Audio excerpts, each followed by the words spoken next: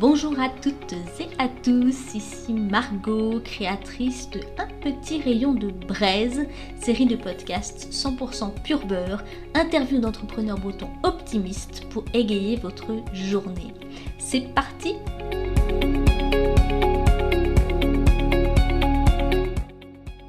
Cette semaine, j'ai le plaisir d'interviewer Cécile Gauthier, qui est formatrice et facilitatrice en communication interpersonnelle et pédagogie ludique.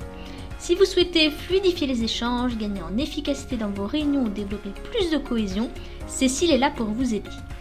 Elle fait également partie de Bouge ta boîte, un réseau business féminin pour gagner en visibilité et accroître votre chiffre d'affaires. Bonjour Cécile et merci de m'accueillir dans ton bureau. J'ai droit à un petit café en plus, donc c'est cool. Et merci à toi de me faire vivre cette nouvelle expérience pour moi. Alors, je ne sais pas si tu es très branché réseaux sociaux, mais ça fait maintenant quelques années qu'on parle de hashtags, c'est super à la mode, on en met un peu partout pour avoir le maximum de visibilité.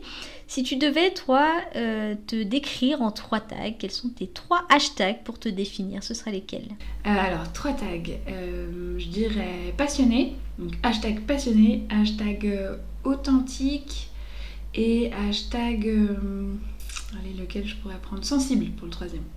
Merci pour ton authenticité. J'ai appris récemment que le chiffre 3 représente l'équilibre et c'est rigolo parce que je pense que l'optimiste est avant tout un funambule vraiment concentré sur le positif pour atteindre son but. Il n'y a rien qui peut le perturber. Alors, quels sont toi tes 3 équilibres dans une journée qui font qu'à la fin tu te dis ouais c'était super positif, vraiment tes 3 focus, tes 3 kiffs d'une journée? Le premier, c'est le moment où je suis dans mon canapé le matin, le premier thé de la journée. Je m'assois, je prends mon thé tranquille et mon chat il vient s'installer sur mes jambes.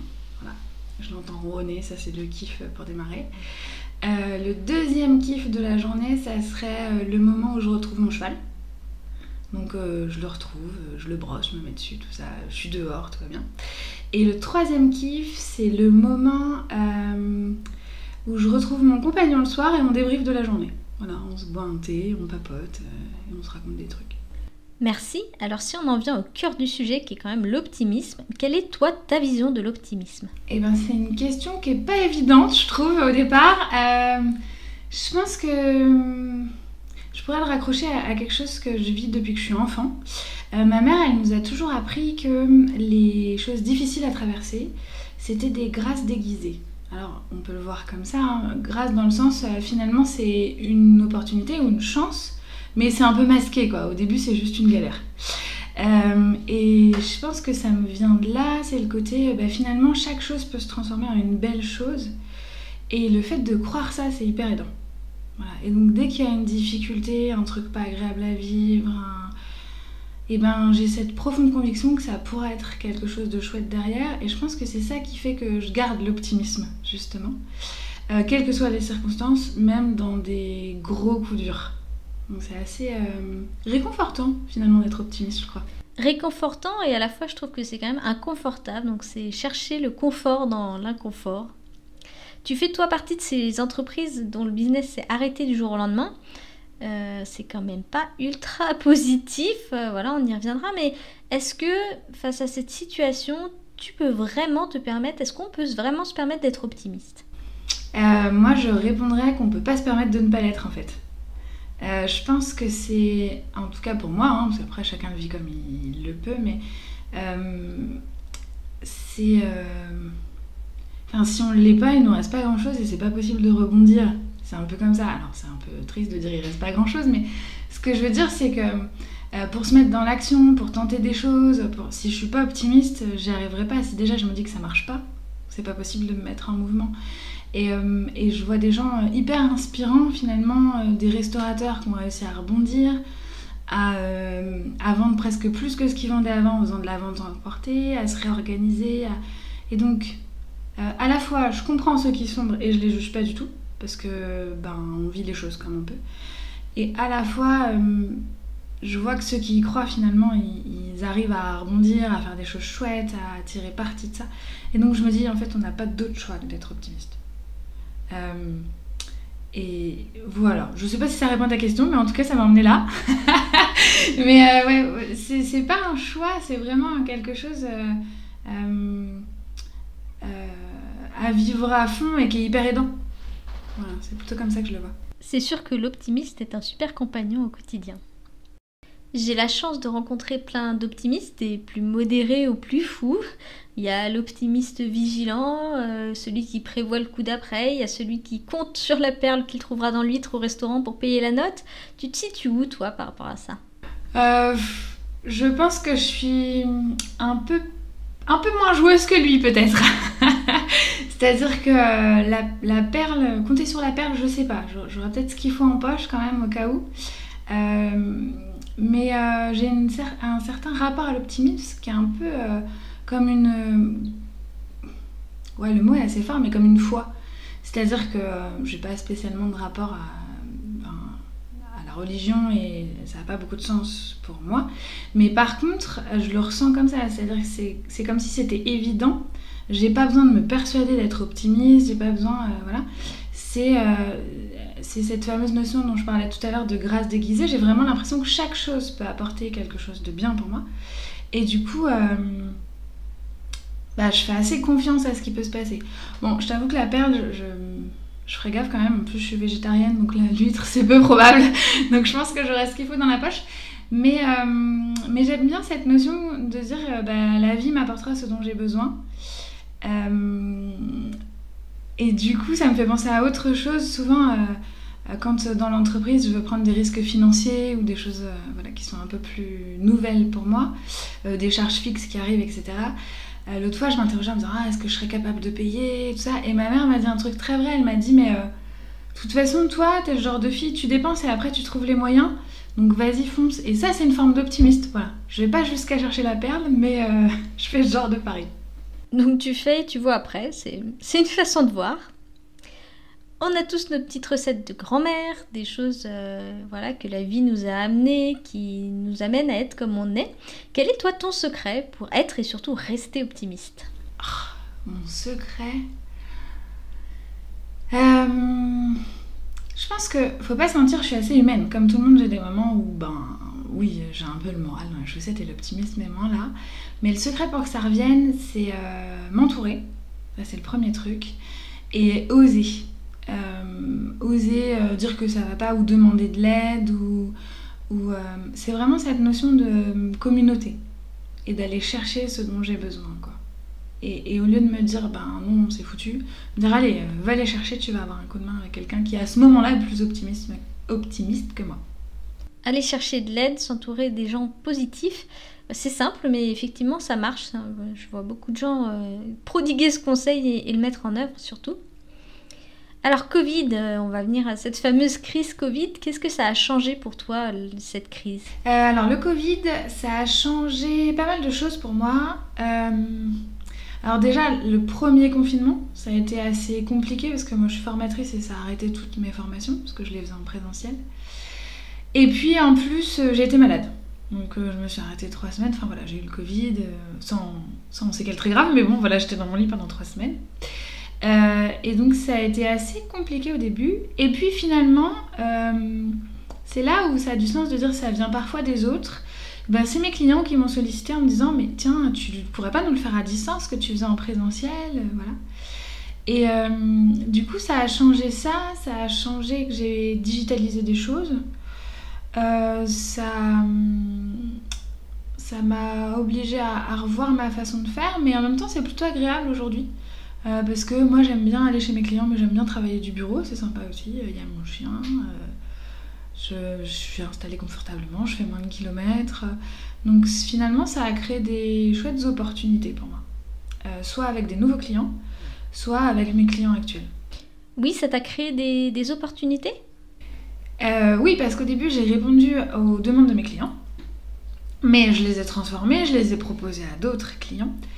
Donc ça m'a créé ces opportunités-là. Et puis ce que je trouve plutôt chouette...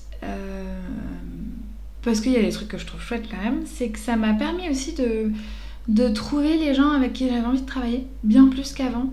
Parce que j'ai remarqué qu'il y avait des entreprises pour qui c'était compliqué, et puis d'autres qui se disaient on y croit quand même, et la formation, on veut continuer à en faire, à investir sur nos équipes. Et on imagine que pour sortir de la crise, finalement, il faudra être formé, il faudra être plus compétent, etc.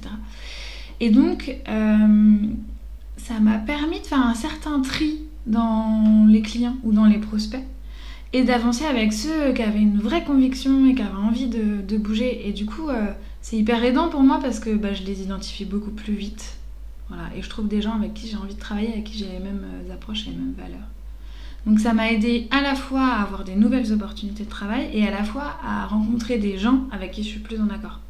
Donc plutôt chouette en fait. Hein. Voilà. Le bilan là à la fin de l'année, c'est plutôt chouette les opportunités que ça m'a donné. Tant que le bilan est positif, c'est bon, comme dirait Cyr dans l'épisode précédent. Hein, comme un bilan comptable, on peut avoir du plus et du moins, mais à la fin, il faut que ça reste plus, c'est l'essentiel. Alors, j'imagine que le Covid t'a amené quelques apprentissages. Je serais curieuse de savoir qu'est-ce que tu as pu apprendre à la fois sur toi et puis sur les autres ou sur ton environnement professionnel. Alors, tout à l'heure, je parlais d'oser et de s'entourer.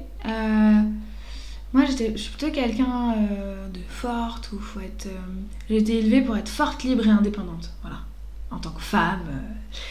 Et je me suis aperçue que ça avait certaines limites en fait, et que tout faire toute seule, c'était pas, c'était usant, c'était fatigant, et c'était pas forcément la bonne solution pour moi. Et donc ça m'a vraiment appris à plus oser demander des choses aux gens qui étaient capables de m'aider, à plus compter sur l'entraide, parce que je suis quelqu'un qui est capable de donner beaucoup, mais qui a du mal à recevoir. Et donc ça m'a appris à recevoir en fait, à dire j'ai le droit d'être des deux côtés. Donc ces échanges ont été super riches et ça m'a montré que j'étais capable et surtout je sais le faire encore. C'était pas juste pour quelques semaines. Et dans ce que ça m'a appris... Alors, je savais que j'avais une certaine forme de résilience. Mais je savais pas jusqu'à quel point, et là j'ai mesuré à quel point c'était important. Et puis l'autre chose, il y a un peu plus de 4 ans maintenant, j'ai fait un burn-out. Et du coup, j'avais plus cette foi que j'étais forte. Et je me suis aperçue que ça allait vachement mieux, que je m'étais plutôt bien reconstruite et que j'avais des ressources, quoi. Donc c'était finalement assez kiffant de retrouver ces ressources-là. Et puis ce que ça m'a appris sur l'entreprise, l'entreprise elle a un peu plus de 3 ans aujourd'hui.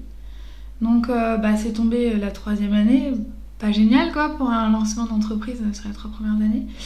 Et en fait, ça m'a appris qu'elle marchait. Parce que l'année de 2020, j'ai fait que 75% du chiffre que je voulais faire. Mais aujourd'hui, je rebondis, je suis dans les prévisions. Donc ça veut dire qu'elle aussi, elle est résiliente et forte et concrète. Et ça, c'est assez agréable à percevoir. 75%, ça va, c'est pas la cata. Hein. Non, c'était pas la cata. J'ai une dernière question avant qu'on passe aux questions plus centrées sur toi. Si tu avais une personne en face de toi, qui est plutôt stressée par l'incertitude, un petit peu déprimée par la situation, quel est le conseil que tu lui donnerais là pour en sortir ? Peut-être je tourne un peu en boucle sur cette histoire de grâce déguisée, mais je l'invite à réfléchir à ça. Et peut-être à reprendre les derniers coups durs. Pas cette année de Covid, pas ceux qui n'ont rien à voir avec ça. Comme tu le disais, il y a l'incertitude liée au Covid, mais finalement, humainement, dans notre vie d'humain, on a toujours des incertitudes.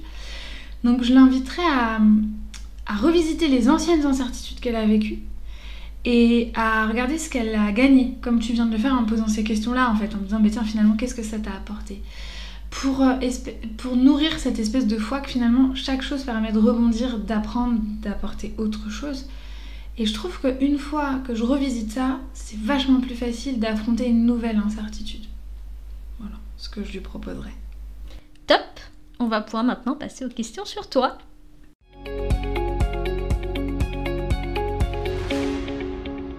On commence tout de suite avec une anecdote insolite, un petit peu incroyable à nous raconter sur toi. J'ai cherché longuement quand même, je me suis dit mais qu'est-ce que j'ai fait d'extraordinaire, je vois pas grand chose, voilà. Et puis quand même je me suis souvenue d'un truc, j'ai eu l'occasion de faire un spectacle devant 1800 personnes. Je me suis dit tiens ça c'est assez extraordinaire, finalement tout le monde l'a pas fait. Et c'était un spectacle avec mon cheval, donc c'était assez chouette à vivre. C'est un spectacle où t'étais debout, faire des acrobaties avec le cheval ou... Non, alors en fait c'était un spectacle qui était inspiré de Incroyable Talent. Donc c'était avec les mêmes animateurs pour l'entreprise. l'entreprise dans laquelle on travaillait avant. Enfin, je travaillais avant. Et ils avaient voulu faire monter le cheval sur scène et je leur avais dit attention, c'est pas un cheval de spectacle. Donc non, on a filmé avant et après ça a été retranscrit. Et moi j'étais montée sur scène avec eux voilà, après pour... on avait fait un espèce de sketch, mais en tout cas le cheval n'était pas sur scène quand même, on n'a pas pris ce risque-là. Ah oui, c'est un peu compliqué si c'est pas un cheval de scène. Un peu dangereux, ouais. Ok, bah incroyable talent ou incroyable cheval. La Bretagne et toi en un mot. Je dirais mon foyer. Je sais que c'est difficile, mais ton petit coin, un seul, ton petit coin de paradis en Bretagne. Ah, chez mamie. Et c'est où chez mamie? Elle a Hennebont, mais peu importe le lieu en fait, c'est chez elle, voilà, les souvenirs d'enfance avec les cousins, les cousines, cette espèce d'endroit où on faisait que ce qui nous plaisait parce que c'était les vacances et... Question fatidique, phare breton ou Queen Amman? Impossible de choisir. Non, la Bretagne ça peut pas être soit l'un soit l'autre, c'est tout ensemble. Les deux sont effectivement délicieux, hein, ça reste des produits de la Bretagne. Alors, galette ou crêpe? Ah, ça c'est le grand débat chez nous. Crêpes, parce que je suis du Morbihan, pour moi tout c'est des crêpes. Et mon compagnon il est des Côtes d'Armor, donc c'est le grand débat à la maison parce que lui il mange des galettes. Voilà. Bon, on mange la même chose en vrai, hein, mais... Et qu'est-ce que tu penses de la marinière? Intemporelle, la marinière. Ouais, non, je pense qu'on peut le mettre... je pense que c'est vraiment le... De tout temps, dans toutes circonstances, voilà. On peut se permettre. En plus, maintenant, il y a plein de couleurs, c'est génial. Un dernier mot en breton? J'ai un peu honte de répondre à cette question parce que je suis pas du tout au point sur la langue bretonne. Je pense que je dirais Irmat. C'est pas mal pour finir. À votre santé, quoi. Ce mot-là revient souvent. Un dernier mot tout court? Je dirais prenez un bon bain de réussite. C'est pas mal pour être optimiste. Voilà. Alors on fait ça comment? Ah, on fait ça comment?